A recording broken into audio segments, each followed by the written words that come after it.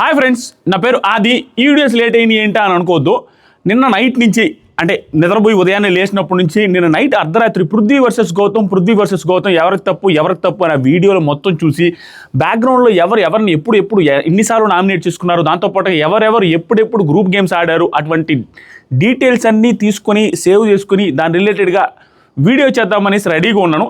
యాక్చువల్గా ఇంకా ఎలాగూ లేట్ అయిపోయింది. నైట్ ఎపిసోడ్ కూడా చూసి ఇవి live points episode points mix చేసి దాని గురించి వీడియో చేస్తా. ఒక కంక్లూజన్తో గట్టి పాయింట్స్తో వీడియో చేస్తాను. ఆ వీడియో కోసం రెడీగా ఉండండి. ఇప్పుడు ఈ వీడియో ఆల్రెడీ మీరు ప్రోమో చూసుంటారు. సూపర్ టాస్క్ అయితే చాలా టఫ్ టాస్క్ జరిగింది. టఫ్ టాస్క్ సంచాలకుకి కూడా టఫ్ టాస్క్ అది. దాంతోపాటుగా అక్కడ ఆడిన 5 మందికి కూడా బీభత్సమైన టఫ్ టాస్క్. ఆ టాస్క్ ఏం జరిగింది, ఆ టాస్క్లో సంచాలకుగా గౌతమ్ ఫెయిల్ అయ్యాడా లేదా?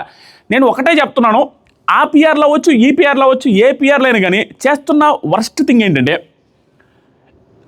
నిఖిల్కి మొన్న జరిగింది అదే. వెనక ముందు కట్ చేసి నిఖిల్ వర్స్ట్ అనేసినట్టుగా పోట్రై చేసుకుంటా మొత్తం వైరల్ చేయడమే, వెనక ముందు ఏమి లేకుండా. సేమ్ ఇది ఇప్పుడు ఈ పర్టికులర్ టైంలో ఈ పర్టికులర్ టాస్క్ రిలేటెడ్గా వెంటనే చూడకుండానే అటు ఇటు కట్ చేసి సంబంధం లేని అన్ని వేసేసి గ్రూప్ గేమ్ ఆడాడు, వర్స్ట్ గేమ్ ఆడాడు అనేసి ట్వీట్లు, ఇన్స్టాగ్రామ్ రీల్స్ కూడా ఆల్రెడీ నాకు పెట్టేశారు. కొంచెం తడి ఆపుకుంటే బెటరు. ఎందుకంటే అక్కడ క్లియర్గా మొత్తం చూసిన తర్వాత ఏంటి అనేది చూసుకోవాలి తప్పించి వెనకది ముందు వెనకది కట్ చేసి ఏ పార్ట్ కావాలంటే ఆ పార్ట్ చేసి నెగిటివ్ చేస్తున్నారు. బిగ్ బాస్ నిజంగానే అగ్ని పరీక్ష పెట్టాడు. ఇది నాకు తెలిసి గోల్డెన్ ఆపర్చునిటీ గౌతానికి. ఈ సీజన్ మొత్తం మీద చాలా సింపుల్గా కనిపించి చాలా మైన్యూట్ పాయింట్గా కనిపించి గౌతమ్కి ఎలివేషన్ ఇవ్వగలిగే సీను ఇది పడిందన్న ఫీలింగ్ వచ్చింది. చాలా మైన్యూట్ది, చూడడానికి చాలా చిన్నది. కానీ ఈ సీజన్లో వచ్చినప్పటి నుంచి ఇప్పటి వరకు గౌతమ్ ఆడిన ప్రతి ఆట, ప్రతి మూమెంట్కి సమాధానం ఈ ఆట. There is no doubt. క్లియర్గా చెప్తాను, నాకు ఈ పర్టికులర్ ఎపిసోడ్లో పర్టికులర్ టాస్క్లో గౌతమ్ సంచాలకుగా చేసినప్పుడు నాకు మరో అభిజిత్ కనిపించాడు. ఏ రకంగా అంటే అభిజిత్ సీజన్ 4లో ఒక టాస్క్ జరగదు. లాస్ట్ 2 వీక్స్లో అనుకుంటా రన్నింగ్ చేసుకుంటూ వెళ్ళి గోల్ పోస్ట్లో గోల్ వేయాలి. అక్కడ ఏమవుద్దంటే ఈ వేరే వాళ్ళ బాల్ తీసుకెళ్ళాలి, ప్రతిసారి వేరే వాళ్ళ బాల్ తీసుకెళ్ళాలి. 6-7 రౌండ్ల దాకా జరగదు. ఒక రౌండ్ తర్వాత ప్రతి ఒక్కరూ హడావిడిగా పరిగెత్తా ఉంటారు. అన్ని రౌండ్లు హడావిడిగా పరిగెత్తారు. దబ్బ నిఖిలు, సోహిలు, ప్రతి ఒక్కరు అక్కడ ఉన్నవాళ్ళు. ఒక్క అభిజిత్ మాత్రమే ఆ అన్ని రౌండ్లు 5-6 రౌండ్లు చాలా డెడ్ ఈజీగా హ్యాపీగా పరిగెత్తా ఉంటాడు. ఎందుకు పరిగెత్తారంటే ఆల్రెడీ ప్రతిసారి ఒక బాల్ అక్కడ ఉంటుంది, అవుట్ అయ్యే పరిస్థితి. వీళ్ళు లాస్ట్ 2-3 రౌండ్స్లో అనుకుంటా ఆ రౌండ్లో కూడా అందరూ ఆవేశంగా పరిగెత్తుంటారు. ఇతను మాత్రం క్లియర్గా ప్రశాంతంగా వెళ్తూ ఉంటే పక్కన వాళ్ళు అడతారు. అప్పుడు చెప్తాడు అక్కడ ఆల్రెడీ బాల్ ఒకటి ఆగిపోయింది, ఎందుకు ఆవేశపడ్డావు అన్నట్టుగా. అంటే స్మార్ట్ మూవ్స్ అలాంటి 4-5 వేసాడు అభిజిత్ ఆ సీజన్లో. అంటే చిన్నవే, అంటే పెద్ద డిఫరెన్స్ తీసుకొచ్చే కాదు, చూడడానికి మైన్యూట్ పాయింట్స్ మనం ఊరికే చూసుకుంటే వెళ్తే కనిపించవు అవి. అలాంటి పాయింట్స్లో ఒక పాయింట్ ఈరోజు సంచాలకుగా దొరికింది. దాంతోపాటుగా బిగ్ బాస్ ఏం చేశాడంటే ఇతను గ్రూప్ గేమ్ అంటున్నాడు, నేను సోలో అంటున్నాడు. ఛాన్స్ వస్తే సోలోగానే ఉంటాడా, గ్రూప్ అంటున్నాడు. ఛాన్స్ వస్తే దెబ్బేస్తాడా గ్రూప్ మొత్తాన్ని, వాళ్ళ క్లాను, వాళ్ళ గ్రూపు, తేజ, రోహిణి వీళ్ళకి సపోర్ట్ చేస్తాడా లేకుంటే వాళ్ళకి దెబ్బేస్తాడనేది టెస్ట్ చేయాలని క్లియర్గా అనుకున్నాడు. అందుకే సంచాలకుగా గౌతమ్ కృష్ణని పెట్టాడు. సూపర్, అంతే, ఎక్స్ట్రాడినరీ. అసలు నాకు చెప్తాను, ప్రతి ఒక్కటి ఎవరైనా ఇన్స్టాగ్రామ్లో ఎలివేట్ చేసుకోవాలనుకుంటే, రీల్స్ చేసుకోవాలనుకుంటే లైవ్ చూసి రీల్స్ చేసుకోండి. ప్రతి పాయింట్ భలే ఉంటుంది. వీళ్ళు అడిగేవి కానీ అవినాష్ ఒక పక్క అంటాడు సంచాలక డెసిషన్ చేతిలో ఉండేటట్టుంది ఇది అన్నట్టుగా అడుగుతాడు. నబీల్ కూడా అలాగే అనుకుంటాడు. లోపల డిస్కషన్ కూడా వాళ్ళందరూ అలాగే పెట్టుకుంటారు, సంచాలక చేతిలో ఉంటుంది అన్నట్టుగా. కానీ సంచాలక చేతిలో ఉంది, నువ్వు ఎవరిని కావాలంటే వాడిని ఈజీగా గెలిపించుకోవచ్చు. అలా డిజైన్ చేశాడు ఆ టాస్క్. సో ఆ టాస్క్ ఏంటి, రూల్స్ ఏంటి, ఇవన్నీ మాట్లాడితే మీకు క్లారిటీ వస్తుంది. టాస్క్ రోహిణి లెటర్ చదివారు. ఆ లెటర్లో ఉంది ఏంటంటే, ఇది క్లీన్గా వినండి, మీకే అర్థమైపోతుంది నేను ఎందుకు ఇంత పొగుడుతున్నాను అనేది. రోహిణి లెటర్ చదివేటప్పుడు డిఫరెంట్ టాస్కులు ఉంటాయి. సో ఆ టాస్క్ను బట్టి మీకు పాయింట్స్ వస్తూ ఉంటాయి. ఆ పాయింట్స్ని బట్టి మెగా చీఫ్ ఎవరు అవుతారు అనేది డిసైడ్ అవుద్ది. సో అది టాస్క్. సో పర్టికులర్గా ఫస్ట్ ఛాలెంజ్ వచ్చేసరికి, ఈ ఫస్ట్ ఛాలెంజ్ పేరు పట్టు వదలని విక్రమార్కుడు. ఈ ఛాలెంజ్లో ముందుగా నేలని తాకిన వాళ్ళకి తక్కువ పాయింట్స్ వస్తాయి, లాస్ట్గా నేలని తాకిన వాళ్ళకి ఎక్కువ పాయింట్స్ వస్తాయి. 5 మంది కాబట్టి 50, 40, 30, 20, 10. సో అది టాస్క్. ఆ టాస్క్ ఏం లేదు, తాడు ఏలాడదీస్తుంటుంది, తాడును పట్టుకొని ఏలాడాలి. దాంతోపాటుగా దానికి ముందు కింద ప్లాట్ఫామ్స్ చేస్తుంటే ప్లాట్ఫామ్స్ కలర్స్ డిఫరెంట్ ఉంటాయి, రెడ్ బ్లూ. సో ముగ్గురికి రెడ్, 2కి బ్లూ ఉంటాయి. సో ఆ ప్లాట్ఫామ్ మీద కాలు పెట్టి తాళ్ళు పట్టుకొని ఉండాలి. సంచాలక్కి ఒక డైస్ ఇస్తారు. ఆ డైస్లో ఎలాగిస్తారంటే బిగ్ బాస్ అది ప్లాన్లు అట్లనే ఉంటాయి. సంచాలకి ఏదైనా చేయొచ్చు అనేటట్టుగా మోసం చేయొచ్చు, సంచాలక చేతిలోనే ఉంది ఎవరికి 50 పాయింట్లు రావాలో అలా డిజైన్ చేశాడు. సో ఆ డైస్ మీద 6 కలర్స్ ఉంటాయి. 6 ఎలా ఉంటాయంటే 3 రెడ్ 3 బ్లూ ఉంటాయి. ఇక్కడ ఏముంటుంది 2 బ్లూ 3 రెడ్ ఉంటాయి ప్లాట్ఫామ్స్. సో ప్రతిసారి డైస్ వేసినప్పుడు బజర్కి డైస్ వేయాలి. డైస్ వేసినప్పుడు అక్కడ ఏ కలర్ అయితే వస్తుందో బిగ్ బాస్ ఏం చెప్తారంటే అక్కడ కలర్ వచ్చేదాన్ని బట్టి నువ్వు ఎవరినైనా రిమూవ్ చేసుకో అంటాడు. అంతే రూల్, ఇంకేం లేదు. డైస్ వేయగానే ఏ కలర్ పైన వస్తుందో ఆ కలర్ వ్యక్తిని నువ్వు రిమూవ్ చేసుకోవాలి. అందుకనే బిగ్ బాస్ కూడా ఊహించలేదు, బిగ్ బాస్ కూడా అసలు ఈ ప్రాసెస్లో చేస్తాడని అనుకోవాలి. అందుకని అక్కడ ఒక లైన్ మెన్షన్ చేస్తాడు. ఆ లైన్ చూడండి, చివరి వరకు ఉన్న వాళ్ళకి ఎక్కువ పాయింట్స్ అని చెప్పి సంచాలక్ డైస్ని రోల్ చేసిన ప్రతిసారి ఏ రంగు ప్లాట్ఫామ్ మీద ఉన్న సభ్యుల్ని తమని కాపాడుకోవడానికి నేలకి తాకకుండా వేరే ప్లాట్ఫామ్ మీదకి వెళ్ళాలి. సో తను ఏం చేస్తాడంటే డైస్ వేసిన తర్వాత ఎవరినైతే లాగుతాడో ఆ ప్లాట్ఫామ్ కిందకి అనుకొని ఒక ప్లాట్ఫామ్ని లాగాలి. లాగినప్పుడు వాళ్ళు కింద పడకుండా ఆ తాడును పడుకొని ఏలాడాలి. అది టాస్క్. దాంతోపాటుగా రూల్స్లో ఏమంటుందంటే రూల్స్లో మీకు అర్థమవుద్ది ఏంటనేది. ప్రతిసారి బజర్ మోగినప్పుడు డైస్ రోల్ చేసి సంచాలకు వచ్చిన రంగులో నుంచి ఒక రంగు ప్లాట్ఫామ్ని తన వైపు లాక్కోవాలి. క్లియర్గా వచ్చిన రంగులో నుంచి ఏం రంగులోనే 2 రెడ్ బ్లూ. రెడ్ బ్లూలో ఏ రంగు వస్తే ఆ రంగులో నుంచి ఒక సభ్యుడిది లాగాలి. ఆల్రెడీ రెడ్ వస్తే 3 ఉన్నారు, ఆ 3లో ఒకరిది లాగాలి. అది సంచాలకి ఇష్టం.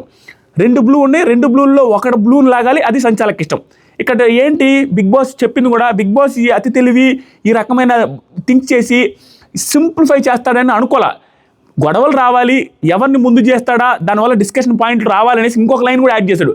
మిమ్మల్ని రిమూవ్ చేసేటప్పుడు మీ ప్లాట్ఫామ్ తీసేటప్పుడు ఆ డెసిషన్ మేకింగ్లో ఆ విన్నర్ అయ్యే దాంట్లో కూడా మీకు సమస్యలు ఉంటే మీరు తనతో మాట్లాడొచ్చు, వాగ్వాదం చేసుకోవచ్చు, ఆర్గ్యుమెంట్ చేసుకోవచ్చు అని కూడా రూల్ పెడతాడు. అండ్ సంచాలకదే తుది నిర్ణయం. క్లియర్గా అన్ని రూల్స్ మాట్లాడుతాడు. 2 కలర్లు, ఇక్కడ 3 కలర్లు ఉంటాయి. 3 ప్లాట్ఫామ్లో ఒకే కలరు, 2 ప్లాట్ఫామ్లో ఒకే కలరు. కలర్ పడిన తర్వాత నువ్వు ఎవరినైనా రిమూవ్ చేసుకొని 3లో ఉన్న 3లో ఎవరినైనా రిమూవ్ చేయి, 2లో ఎవరినైనా రిమూవ్ చేయి అనేది టాస్క్.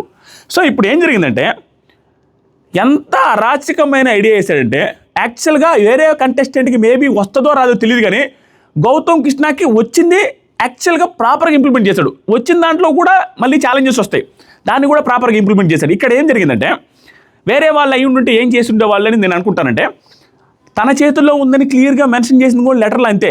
లేకపోతే అక్కడ రాగానే తన చేతుల్లో ఉంది కాబట్టి తను ఎవరిని తీయాలనుకుంటే వాళ్ళని తీసేస్తాడు. ఎందుకు తీసేస్తాడు అట్లా? ఇంతకుముందు ఏకాభిప్రాయం జరిగింది, సేమ్ యాజ్ ఇట్ ఈజ్ ఇది ఏకాభిప్రాయం అనే ఫీలింగ్ వస్తుంది. కాబట్టి నాకు ఇష్టమైన వాళ్ళని తీసుకుంటాను, దానికి ఏదో ఒకటి చేద్దాంలే అనే ఫీలింగ్లో కొంటారు.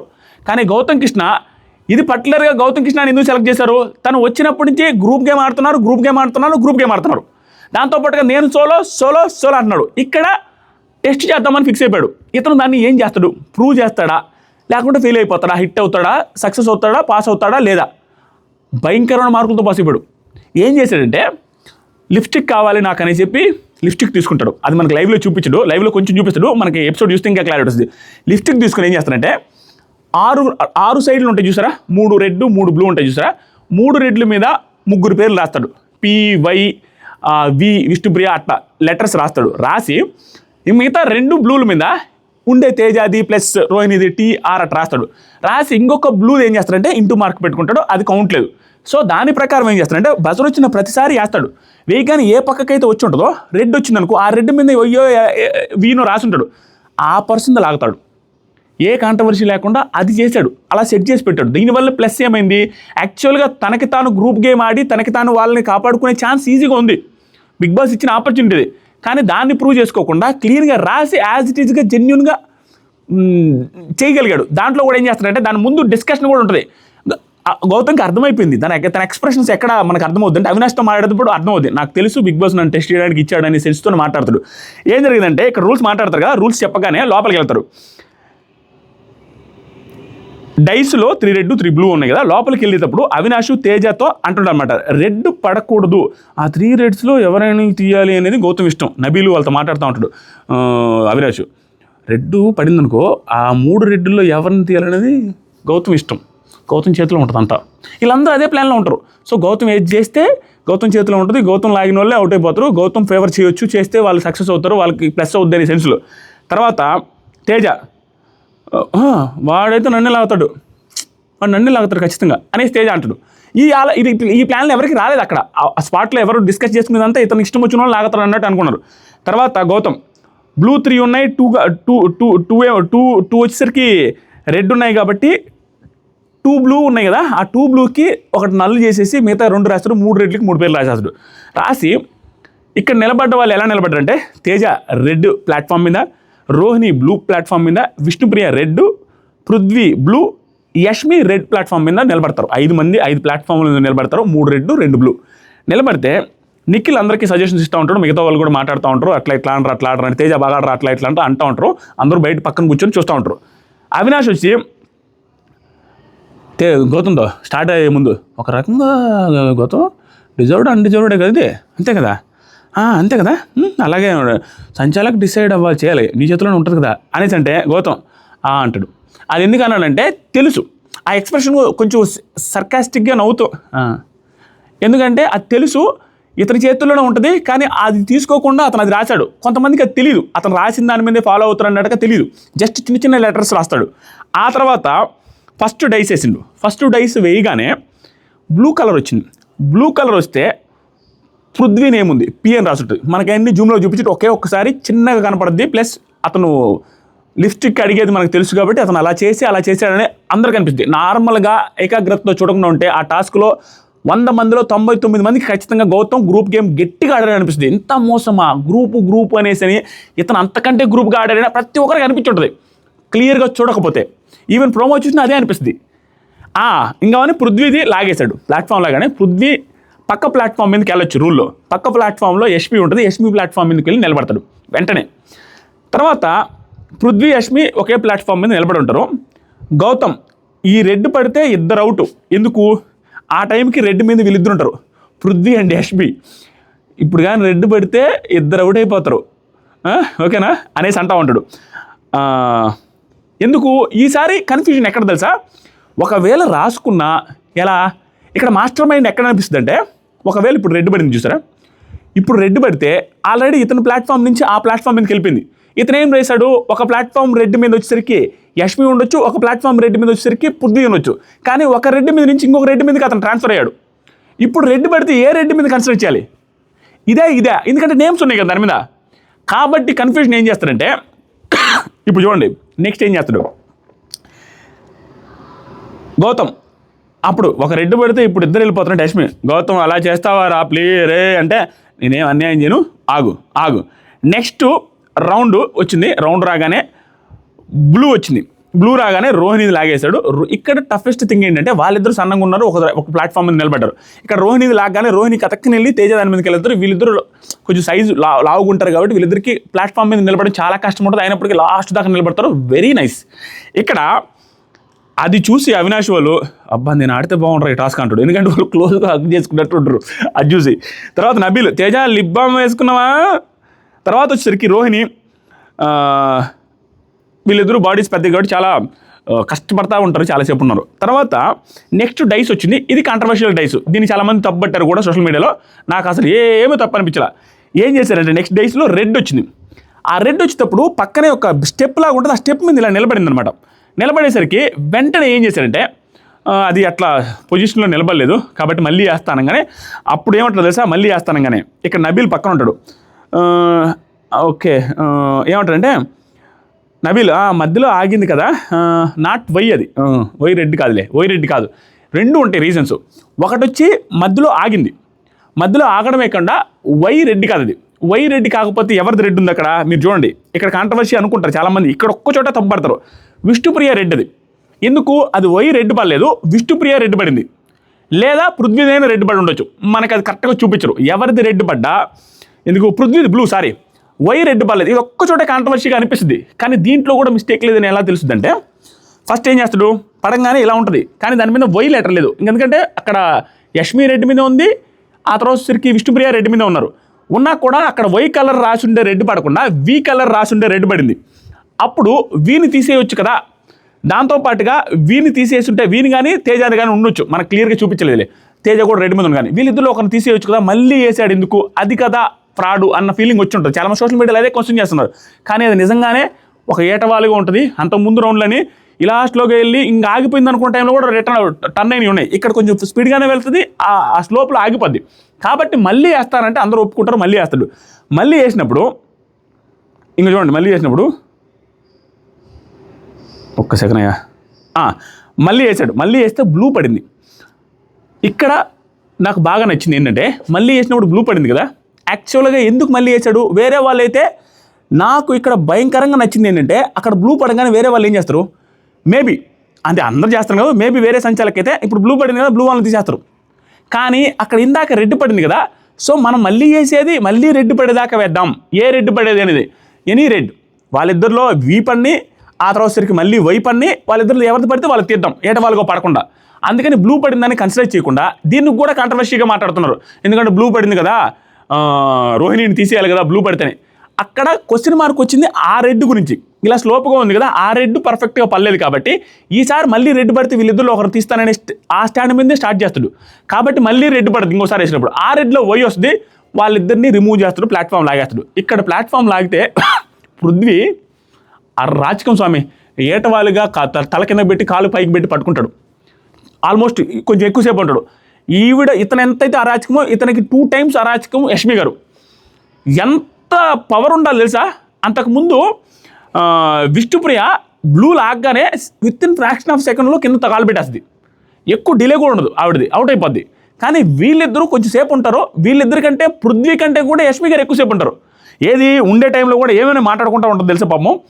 యష్మి గణేష గణేష అమ్మ గణేష గణేష గణేష అమ్మ గణేష అనేసి మంత్రాలు చదువుకుంటే ఎక్కువసేపు ఉంటుంది. అది ఎక్కువసేపు ఎంతసేపు ఉంటుంది మనకు చూపించరు. పృథ్వీ కంటే ఎక్కువసేపు ఉంటుంది. సూపర్ వీడియో ఈరోజు. దాంతోపాటుగా నిన్న కూడా యష్మి గారు వాళ్ళ ఇంట్లో వాళ్ళు చెప్పినప్పటికీ, వచ్చిన ఎక్స్ కంటెస్టెంట్స్ చెప్పినప్పటికీ, గ్రూప్ గేమ్ అన్న తర్వాత అయినా ఇండివిజువల్గా ఆడినప్పుడు కూడా అప్రిషియేట్ చేయాల్సిందే. ఎందుకంటే మనం ప్రతిదానికి ఇలా ఎందుకు మారాం అలా ఎందుకు మారామంటే వాళ్ళు ఏం చేయాలా, ఎన్నో దూకాలా? కాబట్టి చేంజ్ అవ్వాల్సిందే. పర్టికులర్గా ఎక్కువ బ్లేమ్ వచ్చి ప్రతి ఒక్కరు వచ్చి చెప్తున్నప్పుడు మారడమే పరిస్థితి. మారితేనే కరెక్ట్. నిన్న భయంకరంగా ఎఫర్ట్స్ పెట్టి చాలా బాగా ఆడింది. ఈ రోజు కూడా అందరికంటే బాగా ఆడింది యష్మి గారే. ఆ తర్వాత Prithvi and tasty Teja and Rohini కార్ని కూడా వీళ్ళకంటే ఎక్కువ అప్రిషియేట్ చేయాలా అంటే, ఒక్కొక్కసారి వాళ్ళిద్దరు బాడీలు కష్టమైంది కదా, అంతసేపు నిలబడడం కూడా కష్టమే ఆ ప్లాట్ఫామ్ మీద అనుకోవచ్చు. కానీ వీళ్ళిద్దరూ కొంచెంసేపు వేలాడారు కూడా. ఫస్ట్ ఎఫర్ట్స్ భయంకరంగా అప్రిషియేట్ చేసింది యష్మి గారిది, తర్వాత పృథ్వీ అండ్ వీళ్ళిద్దరిది తర్వాత. ఎందుకంటే వీళ్ళిద్దరు చిన్న ప్లాట్ఫామ్ మీద అలాగే నిలబడే ఉంటారు. అండ్ లాస్ట్ దాకా నిలబడి ఒక్కసారిగా ఏం చేస్తారంటే మళ్ళీ డైస్ ఇగానే ఆ కలర్ డైస్ వస్తుంది, రెడ్ కలరు. కానీ తీసే లోపలే రోహిణి గారు ఆవేశపడి కింద పడతారు, అదే కింద దూకేస్తారు. లాస్ట్కి తేజ నిలబడతారు. కాబట్టి తేజకి 50, రోహిణి గారికి 40, ఆ తర్వాత వచ్చేసరికి యష్మి గారికి 30, పృథ్వీకి 20, 10 వచ్చేసరికి విష్ణుప్రియకి వస్తాయి. అది జరిగింది. ఈ మధ్యలో వీళ్ళిద్దరూ ఒకే ప్లాట్ఫామ్ మీద ఉంటుంటే క్లోజ్గా అతుక్కుని చుక్కలు కనపడుతున్నాయి బిగ్ బాస్ అంటాడు తేజ. ఎన్ని చుక్కలు ఉన్నాయి తేజ లెక్కేసి చెప్పండి అనగా 4 చుక్కలు బిగ్ బాస్. అవినాష్, విష్ణుప్రియ, రోహిణి, యష్మి, ప్రేరణ 4 చుక్కలు ఉన్నాయి బిగ్ బాస్. ఆ తర్వాత సరికి టాస్క్ అయిపోయింది. అయిపోగానే సంచాలకు ఈ పాయింట్లు ఆ పాయింట్లు అని చెప్పాడు. అది జరిగింది ఆ టాస్క్లో. ఈ టాస్క్ ఆల్రెడీ సోషల్ మీడియాలో చాలామంది నెగిటివ్గా వేసుకున్న వాళ్ళు వేసేసుకున్నారు ఆల్రెడీ. ఎందుకంటే అంత స్కోప్ ఇచ్చే టాస్క్ అది. 2 రకాలుగా చూసుకోవచ్చు. అరే అక్కడ రెడ్ ఇలా పడ్డప్పుడు వెంటనే నువ్వు అక్కడ తేజాన్ని తీసేయాలి కదా, తేజాన్ని ఎందుకు తీసేయలేదు, లేకుంటే విష్ణుప్రియ రెడ్డి అయినా ఉండాలి కదా, ఎందుకు తీసేయలేదు అనేసి క్వశ్చన్ మార్కులు వచ్చుంటాయి, వస్తాయి కూడా. దానికి ఏమీ లేదు, ఎటువంటి ఉద్దేశం లేదు. నిజంగానే ఇలా ఉండబట్టే వేసాడు. దానికి కూడా మళ్ళీ బ్లూ పడినా కూడా బ్లూ వాళ్ళని తీయలేదు. మళ్ళీ రెడ్ పడితే రెడ్ వాళ్ళని నిజాయితీగా ఎవరితో పడితే వాళ్ళే తీసేశాడు. సో సంచాలకగా ఏదైతే బిగ్ బాస్ టెస్ట్ చేద్దామో, ఇతను సోలో అంటున్నాడు కదా, ఆడుతున్నాడా లేదని టెస్ట్ చేసి దాంట్లో పర్ఫెక్ట్గా సంచాలకగా చేసి, దట్టు విత్ లాజికల్, అంటే ఒక బ్రెయిన్ యూజ్ చేసి, అంటే కాంప్లెక్స్ థింగ్ అది ఈజీగా అర్థమైపోద్ది. వేరే వాడు ఏంటంటే కన్ఫ్యూజ్ చేసి ఆ అధికారాన్ని వాడుకొని ఏకాభిప్రాయం పెట్టుకొని ఎవరిని కావాలంటే లాక్కునే ఛాన్స్ ఉంది. కానీ దాన్ని వైజ్గా చేసిన విధానం ఏదైతే ఉందో 100% అప్రిషియేట్ చేసి తీరాల్సిందే. గౌతమ్ కృష్ణ నెక్స్ట్ లెవెల్ అనిపించాడు. ఇలాంటి వాటికి ఎలివేషన్ చేసుకోండి. ఇది ఎలివేషన్ ఇచ్చుకోవాలంటే, ఎందుకంటే ఇది ఆట, నిజాయితీ క్లియర్గా కనపడిపోయింది. గ్రూప్ గేమ్ అని అంటున్నాడు కదా, అతను గ్రూప్ గేమ్ అని, అతనే సోలో అని చెప్పుకుంటున్నాడు, అవతలని గ్రూప్ అంటున్నాడు.